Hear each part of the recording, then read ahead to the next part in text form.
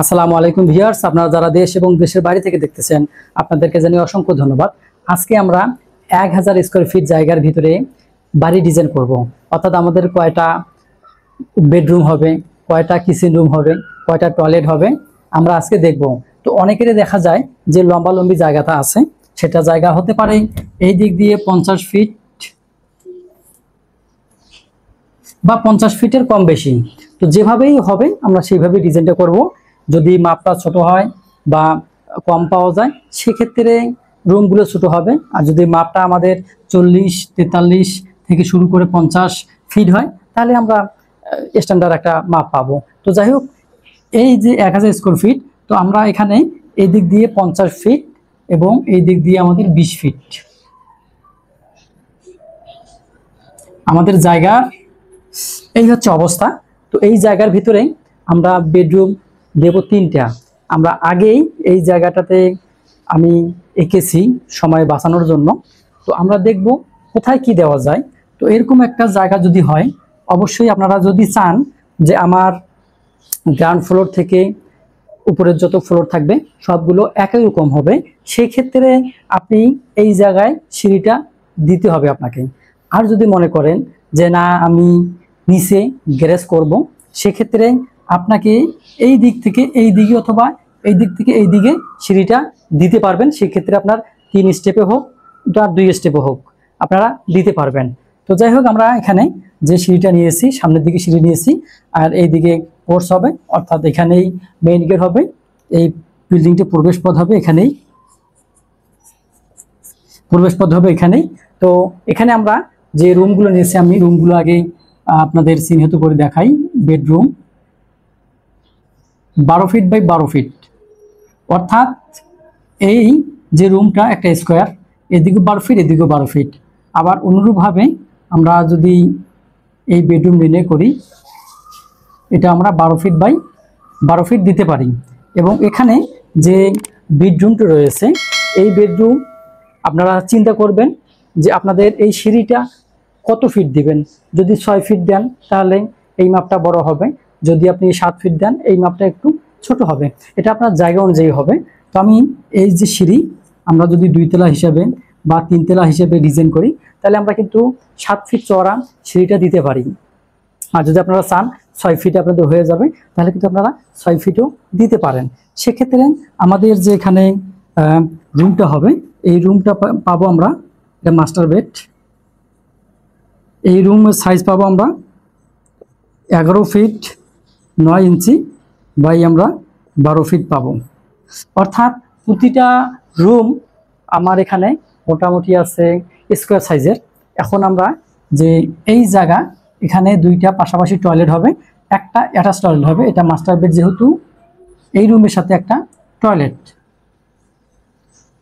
এই টয়লেটের সাইজ হচ্ছে 7 ফিট বাই 4 ফিট এবং এটা হচ্ছে কমন টয়লেট, সি টয়লেট। এর সাইজ হচ্ছে 7 ফিট বাই 4 ফিট। তাহলে 7 ফিট 4 ফিট এই মাপের 2টা আমাদের এখানে আমরা টয়লেট পেলাম। এই জায়গায় ফাঁকা থাকবে, এখানে বেসিন বসাতে পারবেন অথবা আপনারা ওয়াশিং মেশিন বসাতে পারবেন। তো আমরা এখন দেখি আমাদের এই জায়গাতে কি দেওয়া যায়। আমরা এই জায়গাতে আমরা দিতে পারবো আমাদের কিচেন রুম। এই কিচেন রুমের সাইজ ছোট করা যাবে, বড় করা যাবে, কেননা আমাদের এইখান থেকে যেহেতু এটা 12 ফিট, তাহলে আমি যদি এখানে দরজার জন্য 3 ফিট রাখি, তাহলে আমাদের এইখান থেকে এটা 9 ফিট আসবে। এখন আপনাদের যদি 9 ফিট প্রয়োজন হয় 9 ফিট দেবেন, আর যদি আপনাদের কম হলেও চলে তাহলে আপনারা জায়গাটা কম দিন, তাহলে এই জায়গাটা ব্যাপক থাকবে। এখানে ডাইনিং টেবিল বসাতে পারবেন, লিভিং স্পেস হিসাবে ব্যবহার করতে পারবেন। তো আমরা এই জায়গাটা পাবো, এই ফ্রি জায়গাটা। এটা একটা করিডোরের মতো হবে আর এইটার মাপ হবে 6 ফিট 9 ইঞ্চি। তো 6 ফিট 9 ইঞ্চি হলে আমার এখানেও হবে এইটা থেকে এইটা 6 ফিট 9 ইঞ্চি বাই আপনারা এটা আপনাদের ইচ্ছা মতো আপনারা দিতে পারেন।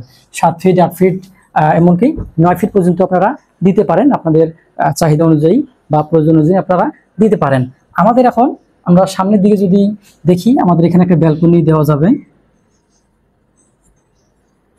ব্যালকনি দিলাম। এই ব্যালকনি আপনারা এই জায়গা অনুযায়ী এখন মেকআপ করবেন। এটা 3 ফিট চওড়া দিবেন, 3 ফিট দিবেন। তাহলে আপনাদের এই যে 1000 স্কোয়ার ফিট, এই 1000 স্কোয়ার ফিটের জায়গার ভিতরে কিন্তু খুব চমৎকারভাবে এই ডিজাইনগুলো করা হয়েছে। আপনারা যদি এটা ডাইনিং স্পেস হিসাবে ব্যবহার করতে পারেন, এবং এই অংশটা হচ্ছে লিভিং স্পেস, লিভিং হিসেবে বা ড্রয়িং রুম হিসেবে ব্যবহার করতে পারেন। এখন আসি কলাম কয়টা হবে। এই 1000 স্কোয়ার ফিট জায়গার ভিতরে অনেকে চায় যে কলাম যেন কম হয়, কিভাবে করা যাবে, কোনো সমস্যা নেই। আপনারা যদি এখানে কলাম আর এখানে কলাম দেন, তাহলে এই ডিস্টেন্সটা হবে 20 ফিট, অর্থাৎ ডিস্টেন্সটা অনেক বেশি হয়ে যায়। তবে করা যাবে না এমন না, করা যাবে। তবে কিছু যদি আপনারা বুদ্ধি করেন তাহলে খুব সহজে হবে।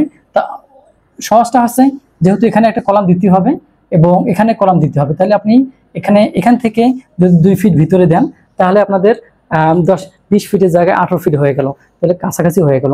এইভাবে আপনারা দিতে পারেন। আবার যদি মনে করেন যেহেতু আমার এখানে 6 ফিট প্রায় 7 ফিট, তো এখানে একটা দিলেন, এখানে একটা দিলেন, 1 2 3 এইভাবে এখানে দিলেন, এইভাবে আপনারা দিতে পারেন।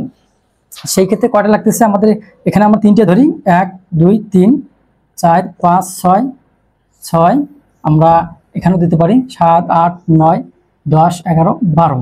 এই 12টা দিয়ে এই বিল্ডিংটি করা সম্ভব। 1000 স্কোয়ার ফিট এর এরিয়াটা হচ্ছে 1000 স্কোয়ার ফিট।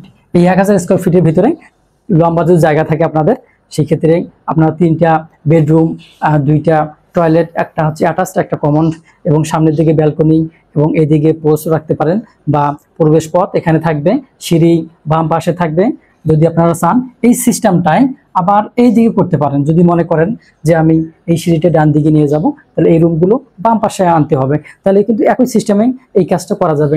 অথবা যদি আপনারা আরেকটা ভাবে আমরা করতে পারি, এই রুমগুলো পাশাপাশি, এখানে যেহেতু আমার 20 ফিট আছে, আমরা এখানে যদি অর্ধেক দেই তাহলে প্রায় 10 ফিট, তার ভিতরে 3টা ওয়াল পড়বে, তো মোটামুটি 9 ফিট সামথিং করে পাশাপাশি 2টা রুম আপনারা করতে পারেন।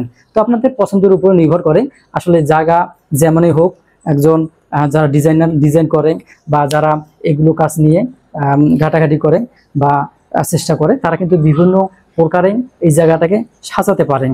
তো যাই হোক, এই জন্য বলবো যে অবশ্যই আপনারা ডিজাইন করার আগে অবশ্যই চিন্তা ভাবনা পরিকল্পনা করে ডিজাইন করবেন, যাতে করে আপনার এই যে 1000 স্কোয়ার ফিট জায়গা কোনোভাবে যেন নষ্ট না হয় বা কোনোভাবে যেন সেটা অপচয় না হয়, এদিকে খেয়াল রাখতে হবে। তো আজকের মতো আমি আপনাদের কাছ থেকে বিদায় নেব। আপনারা ভালো থাকেন, সুস্থ থাকেন, আল্লাহ হাফেজ।